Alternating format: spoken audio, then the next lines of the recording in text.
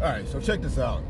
So I was having this conversation with my client earlier today, and we was talking about people that always need help, but they never want to help themselves.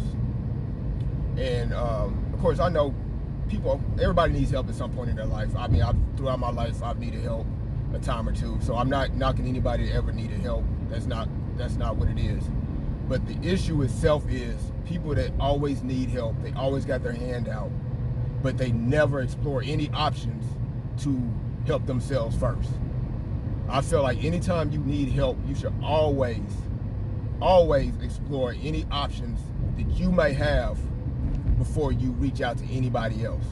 That should be the absolute last resort. Like, you need to go through anything that you can to fix it.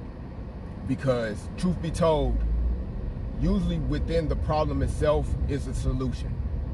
And usually there's a problem because we are the problem. We created the problem, or we had a strong influence on the problem. So that means we can also come up with a solution.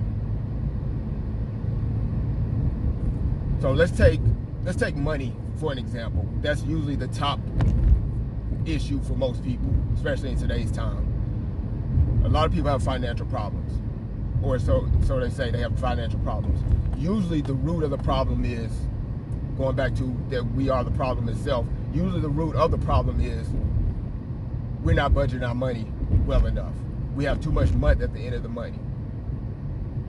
So that means the solution would be start budgeting, figure out what needs to be paid, how much needs to be made, so that way by the end of the month you're not in the hole, or you don't have too much month left at the end of your money.